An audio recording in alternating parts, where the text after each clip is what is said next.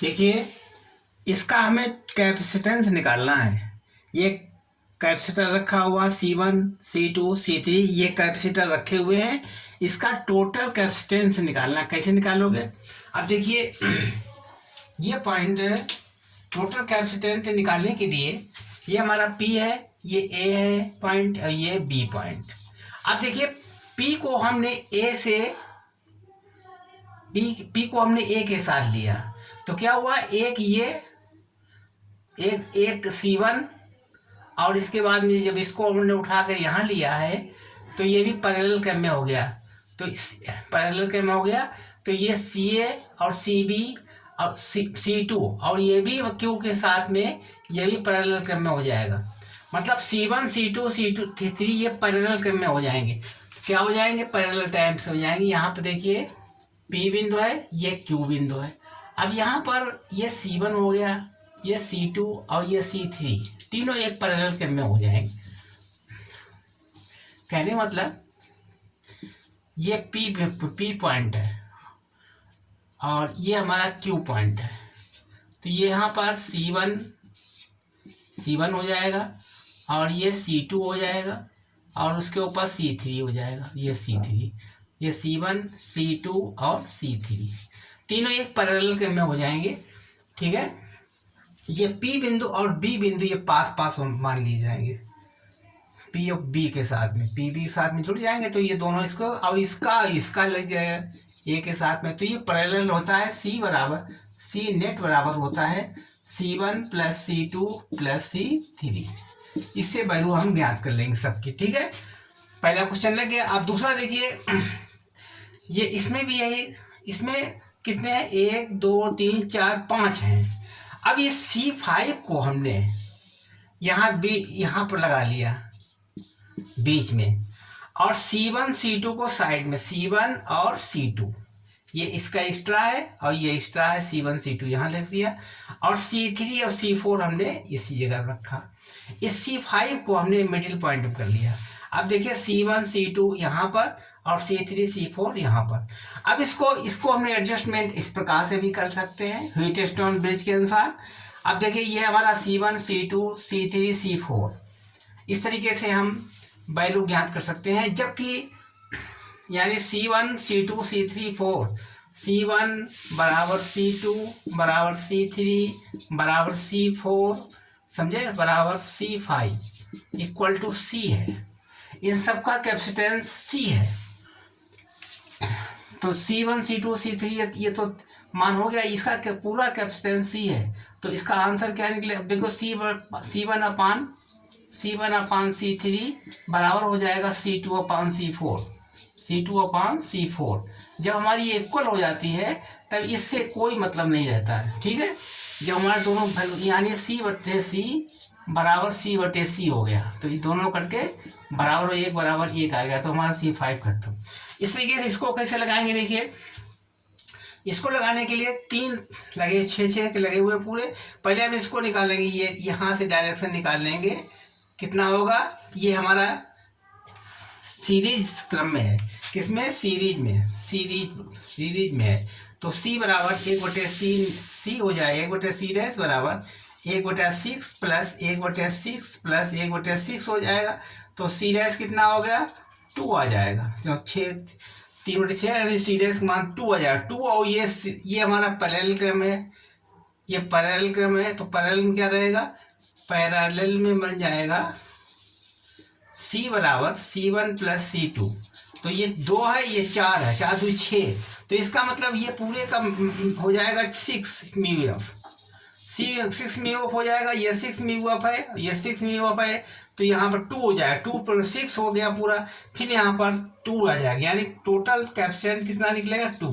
Total capacitance बराबर 2 निकलेगा। अब वोल्टेज इसमें 100 है, 100 वोल्टेज लगा हुआ है। तो इसका मतलब हो जाएगा V बराबर 100 और C बराबर कितना है? 2 माइक्रो फैराड है।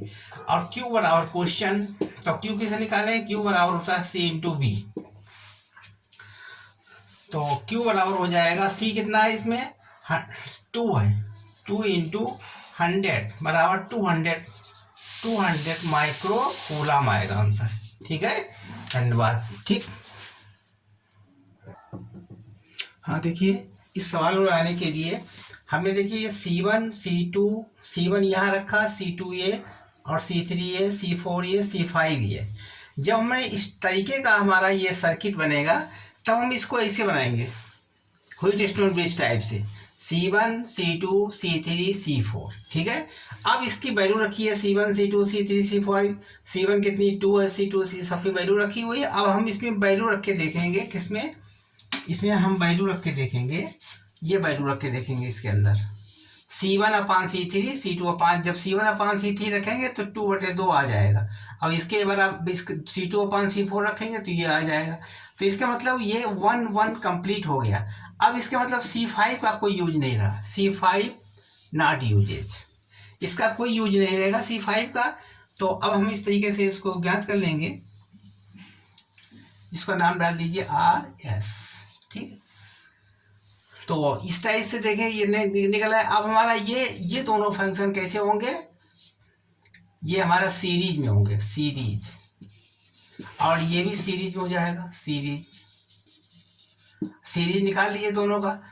तो C1 C डैश बराबर ऊपर हो जाएगा, C डैश बराबर सीरीज निकालना है तो 1/C डैश बराबर 1/C डैश निकाल लीजिए, 1/C डैश बराबर 1/C1 प्लस 1/C2।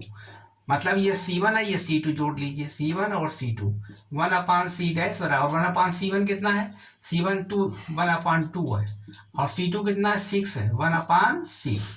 तो 1/C डैश बराबर हो जाएगा 6, एलसीएम हो गया, 2 3 6 प्लस 1 बराबर 4/6 हो जाएगा। इसका मतलब 2/3। तो C डैश बराबर कितना निकलेगा, 3/2। अब हमारे 3/2 ऊपर वैल्यू आ गई, 3/2 यानी C डैश बराबर निकलेगा 3/2। अब इसका निकालिए। अब देखिए इसमें भी कितना है, C3 2 है और C4 कितना है, C4 6 है, बिल्कुल ऐसा ही है, सेम कंडीशन। इसका भी मान निकलेगा 3/2, इसका भी 3/2 निकलेगा। अब ये पैरेलल क्रम में है, दिस इज योर पैरेलल क्रम। अच्छा, पैरेलल क्रम में क्या बनेगा, पैरेलल में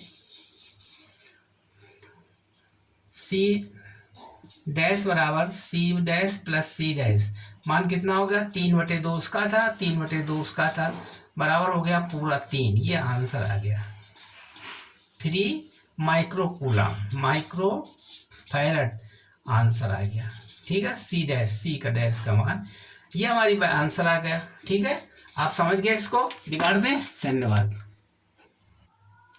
हाँ देखिए इसमें हमने क्या काम किया, आपका ये एक कैपेसिटर है, ये इसमें एक कैपेसिटर है जिसका प्रत्येक कैपेसिटर की, ये कैपेसिटर है, प्रत्येक की कैपेसिटेंस कितनी है, C है, इसकी भी C, इसकी मतलब टोटल कैपेसिटेंस C है, इसमें भी टोटल कैपेसिटेंस C है। अब इसको हम इस रूप में लिख सकते हैं, इस स्ट्रक्चर को हम इसमें लिख सकते हैं। देखिए कैसे लिखा गया, पहले P पॉइंट लिया हमने, तो P पॉइंट ये हो गया। अब देखिए P से कितनी पैरेलल लाइन खींची जा सकती है, एक तो P से लेकर के PO, ये नीचे साइड PO है, फिर PM कौन सा है, P से लेकर M तक, ये एक PM हो गया।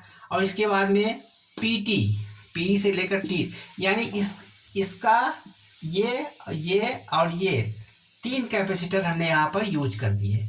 इसी तरीके से R से देखिए, R से में 3 कैपेसिटर हो जाएंगे, 1 2 और 3, ये तीनों कैपेसिटर इसमें यूज हो गए।